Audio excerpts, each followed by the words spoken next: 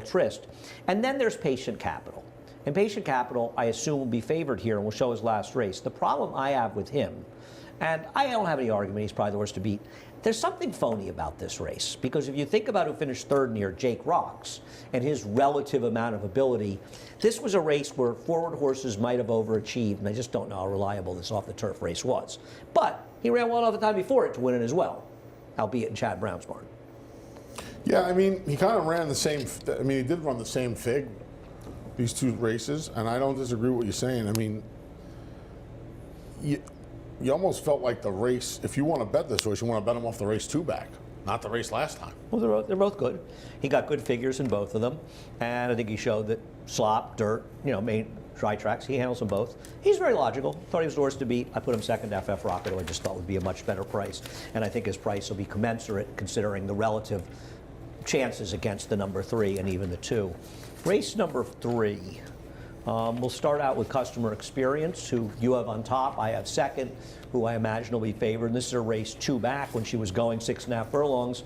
And I'm not sure I totally trust this figure of 86, but even if the figure is 79, she's just the horse to beat in here. Well, that's what it is, right? I was talking to a friend about this about 45 minutes ago.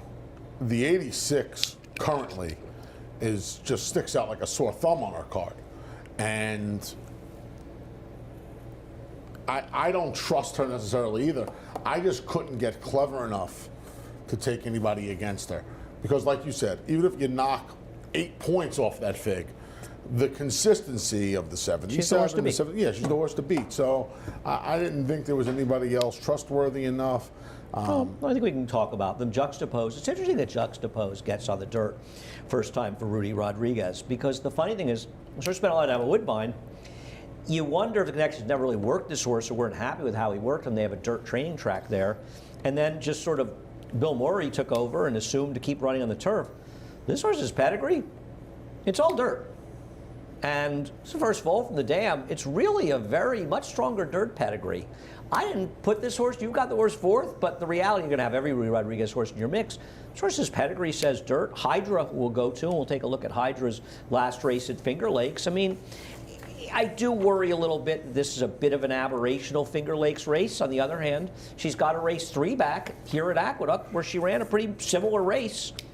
And she ran well enough to be effective in here. I think Hydra's a major player. She had a good time here last winter. The one fast track race she had, she posted a 76. It was a career second best fig at the time.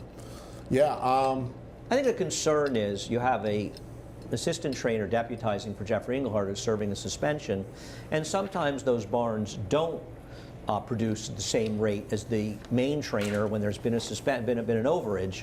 And this is a trainer that won in bunches here last year, and then went completely cold and seemed to be winning again. But now you have to wonder, with a suspension, are they going to get the same kind of results? And I think that's one of the reasons that you and I might have this horse a little bit lower. I think it's fair to say.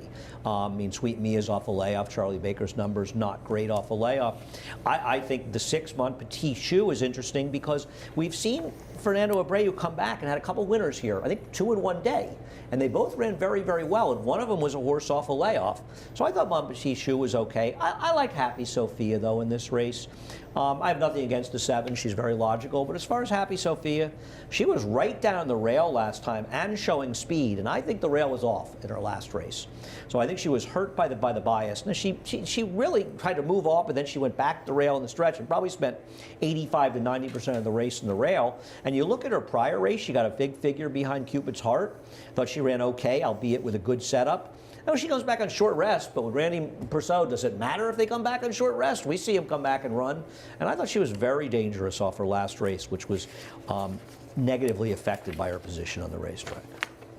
So I'm going to go. She wasn't for me, but she's going to be a square enough price in a race where I don't think you can trust any of them. She'll probably be in the 4-5 to 1 range, I imagine. Race number 4 is a tricky race because you have to decide what to do with Up to the Mark for Todd Pletcher. He's cutting back, and we'll take a look at Up to the Mark's good race 2 back at Saratoga, which I think would probably win this race, even though he didn't get it done. Todd Pletcher's numbers on turnbacks are overall not good, and they're not good at Naira in particular, but they're not good anywhere. But I wonder with this horse if Todd's just saying, we made a mistake. This horse does not want to go longer. He wants to go shorter. We went from 6 to a mile, and now he ran a winning race in here. He got caught up in a duel with a good horse and strong quality, and No Burrow was in good form. And last time out, he didn't even show much speed, but that race collapsed, and he was against the flow of the track and the flow of the race. I know he's a short price. I don't love this horse. I think he might. Do you have the Todd Pletcher stat, guys? Did we show that? I wish he would have done a little more running last time. I think he was compromised by the flow of the race, but I don't disagree. He still may run well enough to be effective here. Listen, no question about it. No question about it. I don't have any problem with somebody playing Todd against him. I'm not in love with his chances. The thing is, we'll show Life Changer and Reggae Music Man. I don't have a problem with Life Changer. He's probably the worst to beat out of those horses, especially at a better price. I don't even think Looney Seema is impossible in here. I can see any of these horses winning. Why do you have Lifesaver on top other than Rosario for Gomez? I would just imagine the rider change and the fact that it catches soon. Life Changer's not going to have to be in front. He's going to be able to sit the trip. He sat 3 starts back when he got the job done, 2 starts back when he, I think, arguably ran the best race of his career behind Steinbeck. I think he's going to have a target and not have to do the dirty work today. So I could see him just setting up camp offside of Catch-A-Soon, the outside horse. And well, he's done well when he's been in front. I think the reason for me to like Life Changer is I don't think he wanted to be on the rail last time. I think there's a very good chance the rail was not the place to be, and I don't think it was a super dead rail. I think we were better off a few passes off the rail. I think being down the rail and still finishing at a Reggae Music Man is a real credit to him, and I thought he ran the better race. Now, Reggae Music Man's also second off a little bit of a layoff, so maybe run better. I don't even think Looney Seema, Looney Seema's race 2 back is good enough to give him a chance to win this race. I don't love him, but I don't think he's impossible in here, especially if you don't trust up the mark. Because are Life Changer and Reggae Music Man really that good? no, to me it is a considerable drop-off between my first 2 picks and my second 2 picks in here. Okay, I disagree. I think it's much closer between them, but I did chalk it out with up the mark. Race number 5 and race number 4 kicks off an middle pick 4, excuse me. The pick 6, there is no carryover. I know 3 horses were covered, but they had multiple tickets yesterday, and it was a pretty uncompetitive last race. Though people are going to continue to bet that second horse and complain on Twitter when the horse loses for the 87th time. North Pole. Yeah, how anybody takes that horse at a short price is so beyond me, considering some of the races he's lost. So, I gave credit to our friend Ray Handel. I was texting him this morning because Ray did something that nobody else did with his horse who scratched. Sweet Lou's got aces. There is some rain coming tomorrow. Now, the good news is it may come late enough that we'll be okay to run the races on the turf, and Ray's going to roll the dice and hope that happens. I'm surprised that none other fillies wanted to enter against the boys to see, considering if that rain came earlier and that race came off, they want to try to run the turf. I congratulated Ray, and he said, well, I'm not that smart, we're scratching today. But we talked about it, and listen, the filly race is a lot easier than this race. This is not a super tough race, but it's this is a tough enough race, for sure. I agree. It's a much. At first, I didn't agree with him, and I said, let me take a look again. I'd had about 2 weeks to wait for subway trains, and then I looked and I realized he was actually right. It was really a sad moment for me, having to admit that Ray Handel was right and I was wrong. This is a competitive race. Yeah, I do not disagree here. We'll start out with General Jim, who I imagine will be favored in here off 2 wins. And I don't have a big knock on him, but what I will say is this is a horse that has gotten 2 straight unbelievably good trips. And now it draws the outside post 9. And the other thing is this turf course is a little funky. And what we're seeing out there are a lot of gaps and a lot of horses just completely failing to handle the turf. And there is somewhat of a crapshoot element. I don't think you're seeing horses that suck massively overrunning. I think the logical type horses are doing okay, but also a lot of logical horses are just completely and totally failing to show up. So that makes me want to gravitate away from relatively short prices. Like you, I have no big problem with General Jim. I picked him 3rd. I did have Racehorse 2nd, only out of absolute admiration for Ray. But I don't know that he's a great favorite in here. We'll go to the race where you and I have 2 different opinions with Dandy Handyman, Let's Go Big Blue, and Noble Huntsman. You have to have Noble Huntsman somewhere, right? Of course. Oh, yeah, the contract with Mitch Friedman. He will not be in the Super. So lunch? Why do you? Yeah, we'll get to that. We're at 124, 125, 124, 124, I think. So why do you like Let's Go Big Blue out of this race? I'm hoping the blinkers get this horse to lose some of his bad habits. He lugged in when he broke his maiden. He had he was a little apprehensive at Monmouth when he was in a little tight. And then last time he kind of ran in spots. I don't think he was bothered. I don't think he should have been elevated last time, but that's neither here nor there. Yeah, I wouldn't have made a change either. Yeah. I don't disagree. I was watching that pretty carefully. I was watching the replay of this race, and Yeah. I agree with you. Because he's also partly to blame for what took place. Makes his own. He's made his own. He's made his own issues. I don't want this. And race. I'm hoping that. Well, listen, he's not impossible. But you do what I did, or you do what you did. No. You put him on top. Well, because I think he's one of the more talented horses in a race. I'm not convinced. I just think he needs to lose some of his bad habits. He's already been gelded, so you can't do that. So you got to put a pair of blinkers on him and hope it gets him to stop being goofy. Seems like yeah. Listen, for a look, short I also course, I know that he draws the outside post. I think General Jim will be a short price in here. 5 to 2 or something. I like Dandy Handyman because at the end of the day, and I picked and bet Dandy Handyman last time, and I often don't go back to these horses, but I don't think that his price will be so much shorter relative to where it should be, because the reality is, you take everything aside, so many people are going to focus on the trouble in the stretch. This horse ran way the best. Huge. It's not even close. Absolutely. How much better this horse, because this horse dueled with a horse that finished dead last, and essentially this race completely and totally fell apart. Yet he still almost won, and I think there's a chance based on that race that he's actually okay. Now, a horse that I'm dying to bet against, and you don't have in the top 4 either, is Batflip. Yep. We'll show his lace. He raced on a gold rail last time. Now, it's interesting how the pace projector has the 7 in a clear lead, and the 7 was fast last time. But Batflip's not slow either, and I think you'll see more speed from him. I just think he benefited from a course. You've got 2 horses that broke their maiden on the same day, in the horse on the rail and Liar's Poker. The horse on the rail, I think it's impressive that Liar's Poker ran a little bit faster despite the considerably slower pace. And I just prefer the 3 of those 2 horses for Christophe Clement, who has decent enough numbers, though not nigh a second time out. You have neither of them in there at all. You have to have Mitch in there. I don't like the rail horse. I thought about Liar's Poker. But you had to get Mitch in. What did somebody get punished or something happen if you don't have every Mitch horse in the top 4? I thought about Liar's Poker. Now, so it's going to be, I wanted to put the prices, I wanted to put some prices in here. I put the chalk. Are they the chalk 2-1? Yeah, I put the chalk 2-1. They're kind of all prices after you get over a few of them. I guess. You know what horse I didn't put in my top, I have actually 4th, that I think is a little interesting, is Dr. Settle's Dream. That race may not be that bad. The 2nd place finisher came back and improved the Beyer speed figure 16 points. The 6th horse improved 19 points. I think there may be an argument that race Dr. Settle's Dream comes out of is actually a better race than it looks. And the Oscar performances have performed well in his first crop. He's had a tremendous first crop. No, I agree. He's, when you think about with Kitten's Joy being gone, and obviously Warfront is the premier turf sire in the country. Oscar Performance has a right to be right up there with the, when you think of English Channel and Kitten's Joy both passing away, Oscar Performance has a real chance to fill a void. For sure. And I understand why people don't pay the big money for these turf horses, because they're not going to win the Derby and the Triple Crown races, and they don't have the same kind of potential residual value as stallions, and I get that.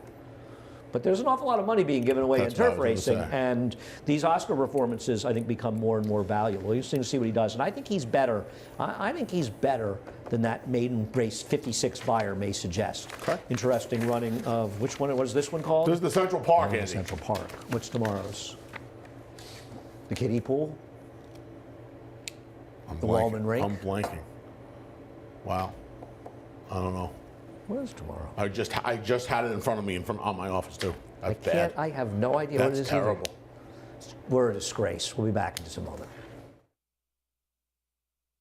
For almost 150 years, the Saratoga name has been synonymous with the finest quality, sustainably sourced spring water available anywhere. Saratoga carries on the rich tradition of its forefathers by crafting each stunning blue glass bottle with the same attention to detail and care that has been its hallmark for generations. Visit SaratogaSpringwater.com today or ask for us by name at your local market or restaurant. Saratoga Spring Water. Make every day exquisite.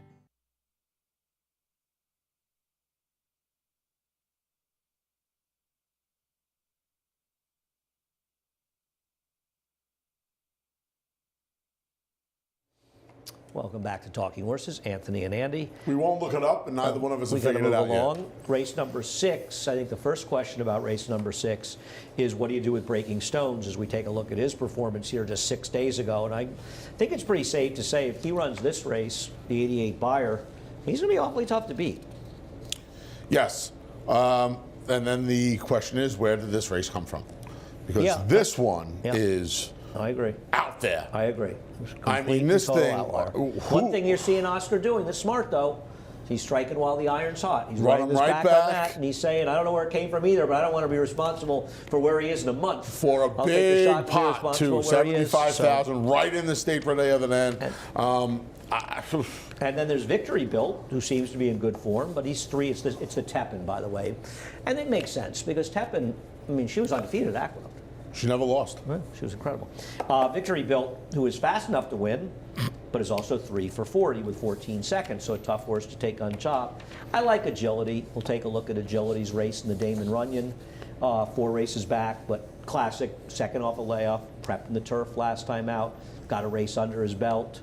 Now he comes back. I know he ran poorly the time before that, but before that, he was running against some pretty good horses. Routine improvement gets this horse maybe up to around an 80 or so. And if the number 2 horse, Breaking Stones, doesn't run back to it, and I just figured Breaking Stones with IRAD and that big fig would be an underlay. Winners to me is between the 2, 7, and 8. I prefer 2 and 8. Out of curiosity, I did not like this race. I was told that Sandrone was training like a gorilla so this on is the a dirt. tip because he's training well in the dirt. That's it. Okay. That was it. I put him over who I thought were the logical 2 horses. Okay, well, makes Logical 3 horses, really. Makes a lot of sense. He's run 8 times in the turf then. We'll see what happens with Sandrone. It's a tip. Okay, race number 7. Number 7, we'll take a look at Photon's last dirt race on August 26th, day before the Travers, finished second to Canary Love. You wonder, why did they become turf obsessed with this horse? Is it that maybe dirt maiden races weren't really coming up for this horse? Maybe they got frustrated with dirt maiden races for New York Reds not going. So they decided to try the turf, and it's not like she ran that badly because she did run place second, actually, and second place finishes effectively in both starts. Did fine. Get back to dirt. She's a huge, huge favorite and way the horse to beat, even though I'm not a huge fan, but she's okay. So this gets back to me, to your relate conversation. I don't know how far she wants to go. And I think the So this one you don't like. So you're using the exact opposite opinion you used on relate. But you didn't know what I was going to give that speech, but you knew I would. I didn't, but I agree with everything. I was going But to you give didn't something agree of before a. I said it. I didn't say that one more time. But you gave the opposite opinion before Well, there I were said a lot of changes. There's been quite a few changes to relate too. Okay. This horse, I feel like the distance has hampered her. She looks like she's running better than she has. Now, you can argue that she's a dirt horse. I don't know that. I remember talking to John Atfield, the assistant, and they were dying to run her on the turf. Okay, well, trainers do a lot of foolish things. That was one. I don't disagree with that as well. But what I'm saying is, I feel like the distance is the issue. I put her second. Listen, because if she is a dirt horse, she's supposed to win. Yeah. So what's the story in Summer Takeover? No real story. I know this is George not a Abreu. tip. I know Abreu's horse. And I don't have a tip on this horse. I know George Abreu's horses usually perform better dirt sprinting, but I think that's a good sign. This horse has a work tab dating back to July. Is that good? I think it's good. I think I don't think he rushed her along. She's obviously had some issues. She's a 3-year-old debuting on November 26th. But I think the fact that she's going long in her debut is probably a good thing. She probably isn't fast enough to sprint. Her pedigree certainly tells you she's going to have no problem going long. And I think he's just let her come along and kind of let her tell him when to run. So I'm not thrilled with what we've seen, Andy. So I'm going to take a shot with the first-time starter. But I do not have one single word on this horse. I think that Photon's a very likely winner, but I have to bet. It's funny, I texted David Aragon after I saw his picks, and I said I knew that you and I would both have to bet on Mentally, who might absolutely stink, and this might just be an embarrassing pick on a horse that's going to be a big price. But the reality of Mentally is this horse is not really as bad as she looks. She didn't break that sharp. She kind of popped up a little at the start, and then she went right to the rail, and the rail was dead on February 5th. I think it was the 3rd straight day of dead rails here last winter, actually. And this horse was smack dab on the rail. And the thing about Mentally is it's not as though she never did any running, because she did show speed in that race before understandably falling back. And then they went to the turf. I don't know why they went to the turf, but they did. And she even had a little bit of a trip in that race while not doing any running. I think she's an interesting horse here. And while I expect Photon to be tough, I thought Mentally was a horse that was a little bit interesting. The horse that I don't really understand is Let Me Drink. This horse must not be able to run in the dirt because Bruce Levine is primarily a dirt trainer. And for him to run this horse in the turf, he must have seen this horse can run in the dirt. This is more of a dirt pedigree. No, this horse has very little turf pedigree. This horse is half to glass ceiling and is much, much more dirt. But I have a feeling with Bruce, he'd run this horse in the dirt if he thought the horse could run in the dirt. Agreed. Out of respect for him. The Fall High Weight is back. Always loved the Fall High Weight. Used to be a 140-pound horse, would sometimes run. We'll take a look at the Bold Ruler, where I'm going to try to reverse the third place finisher, factor it in and run Son of a Gun. The race got a little bit favoring closers in the late stages, which worked a little more for running Son of a Gun. I think he ran very, very well in here. And the factor it in, does pick up Irad Ortiz, which is going to hurt. I thought they were the main two players It's in going to this hurt race. the price, he means. I don't think it's going to hurt necessarily. And so I think that he's a little bit interesting. And I agree, he was 11-1 last time, and now you get a fraction of that. But he also ran very well, and he's in terrific form. To me, it's pretty much a two-horse race. The only thing I thought was mildly possible, if I were Jose Lezcano and Toby Sheets, I'd Right get to the together top. and just say, come out in an all-out Yep. send. I don't know if he can run anymore. I don't know that he's still capable of having that kind of speed, but this is a horse that has shown an absolute and complete inability to be effective without the lead. Might as well put him in the lead and run last, because if you don't go to the lead, you're going to run nowhere, as it turns out. Thought that. So the other horses coming out of the race, I think is far, far inferior, are Happy Farm and Synthesis. You disagree. You have the one that lost, Happy Farm, on top, and we'll take a look at that race. Yeah, I was hoping along the lines of Jackson Traveler. Now, he may just not have the speed anymore, but there was a time and place where Happy Farm would have been in front of these horses. And I would be, if I was Dylan, I would come out of there firing as well, hoping that Jackson Traveler can't run anymore. Well, he's not faster than Greeley and Benz. That's a problem. So you like him thinking he'll be the speed? No. I like him hoping he'll be a little bit more forward than he was last time. He was a couple of lengths off a pretty moderate pace last time. I just like him. I'd like him to be a little bit more forward in a race where I don't know. I mean, I guess Greeley and Ben is supposed to come out running. All right. The problem, in my opinion, with liking anybody, the 3 or 5, to actually win this race, is they both got absolute dream trips. This was a massive dead rail last time.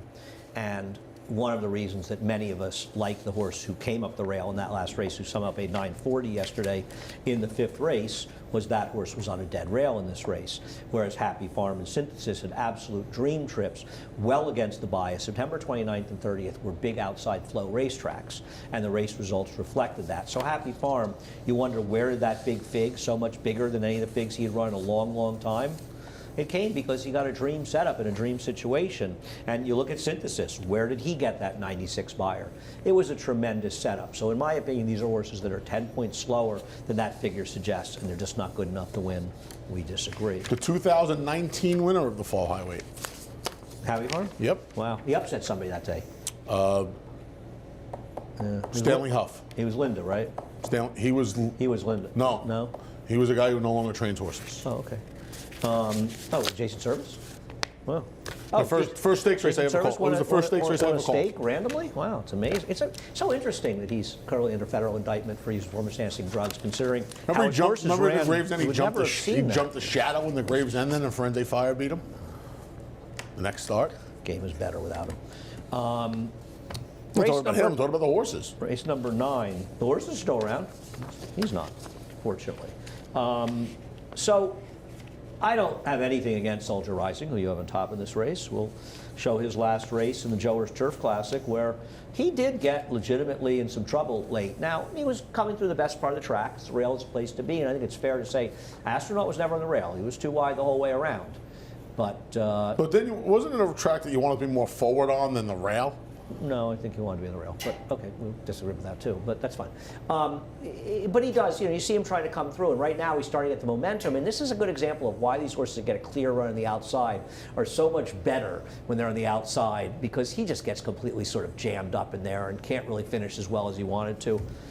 I mean, should have been second that he day. ran fine. He got a great trip in the Sword Dancer, but those are better horses than these, and I don't have any argument. That's what it boiled down to for me, is just facing better horses. Doesn't his lack of speed worry you a little bit? Yeah, it always though? does. But I mean, That's what bothers me. His lack of speed worries me.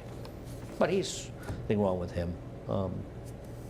Very logical, likely favorite in here. Let's take a look at the Sycamore, where Temple finished second. Temple could not have gotten a better trip. Highest honors. What a ride Tyler gave this horse. From post 12, he saved ground almost the whole way. And he's following the eventual winner. It was pretty good, Island Chief. The horse that had trouble in here was Balthus, and he just got unlucky. Everybody else was able to get out, not him. And you see him moving out in the 3-path with that green hat, and he's completely bottled up. He's got a horse in front of him and a horse outside of him, and he's just never able to make that. You see him there behind Temple trying to get out. And he's now, once he starts getting his legs, you see him, he starts to roll right in there. I thought he was the one you probably wanted from there. I just also felt he was a little bit more forward than Soldier Rising. Sure. And a slightly better price, so I put him on top. But Yeah. it's not a... The horse in here that I think that you have third and I have fourth, that is either an absolutely horrendous play or is a little interesting, is Mooney Love. Mooney Love beat up on a terrible field. I know Giroux came back and ran okay. He ran one by a point worse at Kentucky Downs. This was a terrible They're field. not much. And it is weird that we haven't seen him now for 4 months since that race. I actually looked up his workouts. He did not work after that last race or to have a recorded Until work. the October 8th work. Incorrect. Until September 9th. So he actually did miss about 6 weeks, 5.5, 6 weeks after that race, which means he probably, I mean, I don't think it was it was probably like he was sick or something. It's hard, unless he had like a minor foot issue or something like that. And he's back for Bill. He's an unknown. I just wish he beat somebody in there that was any good. That was a terrible field. Yeah, he it couldn't wasn't help even- to win that race. Yeah, he was, more often than not when you see the Euros come over, they're coming off layoffs. He had run in Germany and he'd come over here with a race under his belt, actually. He ran really well, like you, though. I mean, he beat just a very suspect bunch of horses overall, especially going that 1.5 miles, so. I want to quickly talk about a couple others in here. Beacon Hill has that good race in last year's point of entry, but he lost to Shamrock at Bluegrass Highway. They're a cut below. But I do feel like he's a horse that can benefit from getting some more distance in this race. And he's a horse that could also be somewhat forwardly placed. Yeah, he can get a piece in here. He just doesn't win, Andy. I know. No, I'm not saying he's going to win. I'm just saying he's a horse that isn't impossible at a little bit of a price. He's 20-1. I mean, Dynadrive got an absolutely horrendous ride last time in a race where there was just nothing you could do if you didn't have any speed. He had gotten some great rides from Eric, tremendous rides from Eric in the past, but I also thought he was a little dressed up by good trips, and I wonder if he's a horse that's going to improve with distance. Yeah, he's got a 1.25 mile race on his card behind Rock Emperor where he ran okay. The other time they tried him 1.5 miles, he was in Kentucky Downs. I'm not going to hold that against him. What if Cold Hard Cash is aggressive in here? He's in a tough spot because with the 3 turns, he's drawn all the way outside. Jose would have to be really, really aggressive. There's not really aggressive. There's no speed. Just go. Well, there's no front runner, but he'd have to get around, and it's a short run. He got the 2 past in the turn about this far at Keeneland in the Breeders' Cup Juvenile Fillies. Jose knows how to get him over. He sure does. Cash. And Linda understands the value of speed. And one thing about Linda, when her horses are in good form and she's aggressive with them, they often run well. Look at that unlikely winner yesterday, that Spooky horse. Spooky Road. Right. I mean, she Talk about striking all the irons hot right back in 8 days. Linda's as good as any trainer there is. Well, understanding when her horses are going well, and it's better to be aggressive with them and run them while they're going She's well. run that than horse not run 3 them at all. times in like 19 days or something. I was ran well the time before, but she really ran yesterday. I bet the second horse, and I beat the favorite and lost to that horse. Race number 10. There's a horse in Mariachi, and they don't always come back and run their debuts. And they loved this horse last time. Kenner told me, I saw him, he said, I can't lose this race. I said, I'm not sure you're aware how good the horse is that you're facing in there. Having said that, he wasn't wrong. I mean, he took a stakes-type performance. When do you won an 83 and lose this time? That 2-year-old New York We'll take a look at Mariachi, and if Mariachi runs back a reasonable semblance of the debut, he's going to be very hard. One of these firsters would have to come with a gigantic effort first time. Well, sometimes they just don't run back to it. But he ran huge last time. He ran huge last time. And Don't Lose Cruz ran really well yesterday in the notebook. So that was a funny one when the CAWs had the prices reversed. They had the winner favored, and the win pool here had the other way around. And then you saw the next race was Sage left, and at some point people will start to come together on that stuff. You have the 5, Mama's Gold second, a horse I have second, so go ahead. This is the horse who had the half that won the Stallion Series race, who Notes are upstairs. Took some money first time out. Showed some speed first time out. Got beat by Donegal Surges. Race has been okay. Okay, the reason I thought that it was a value to use this horse was that you wanted horses that were forwardly placed in there. Horses that were forward in there ran terrible buyers and improved. One improved 29 points the next time out. One of them had run 21 points better the prior time to that. And it was a race that you really wanted to be closing. And the fact that he was forward in a race that fell apart, I think his performance is a lot better than it looks. Now, I don't know how he's going to beat Mariachi. In order to win, he's going to have to hope that horse completely doesn't show up and he improves. But his effort is a lot better than 38 buyer suggests. Listen, Dr. Kraft didn't run badly behind Starquist. I think Starquist, who almost won that race yesterday, has improved since then. I'll tell you what's funny about Starquist. He's about twice as big as the other horses in the race. I said that to Acacia yesterday when we were on the My God, he's like, I was watching it on my phone and then when it occasionally worked in the train, which wasn't often. I mean, he looked like he was going to swallow the other horses. What about firsters here? Kelly Breen with the East Coast Girl. The dam was okay. The production has been minimal at best. Yeah, Dan was 4 for 16. Who trained her? She ran around here. I forgot to write it down.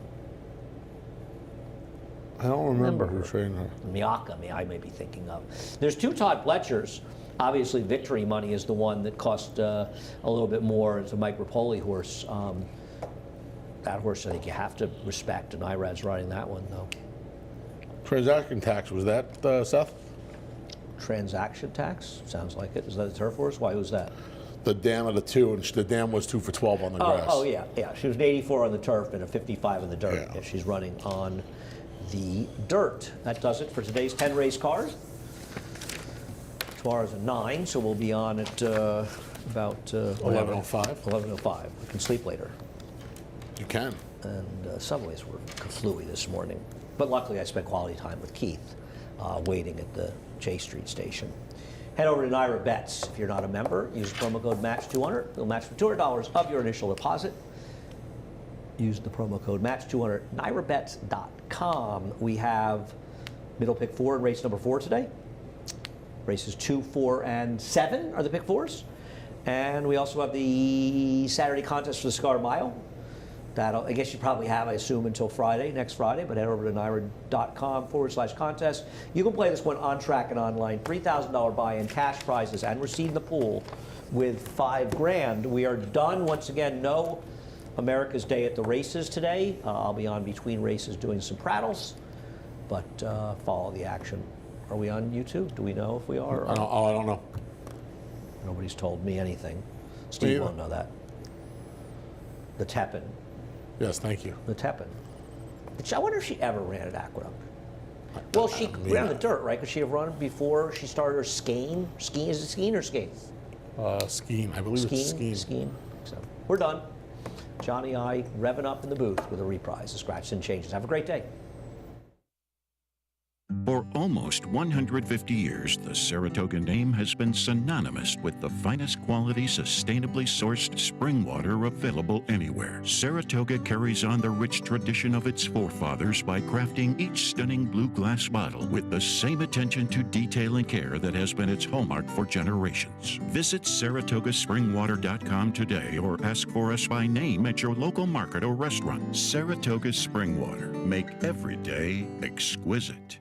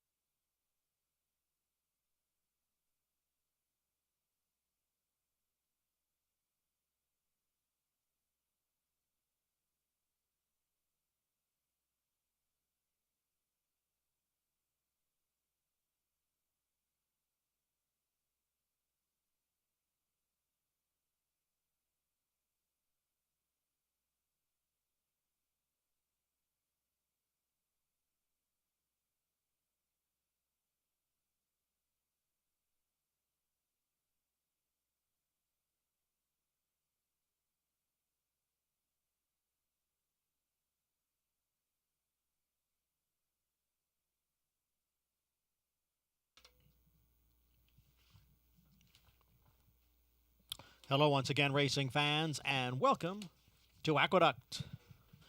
And we have bright sunshine on this Sunday here at the Big A.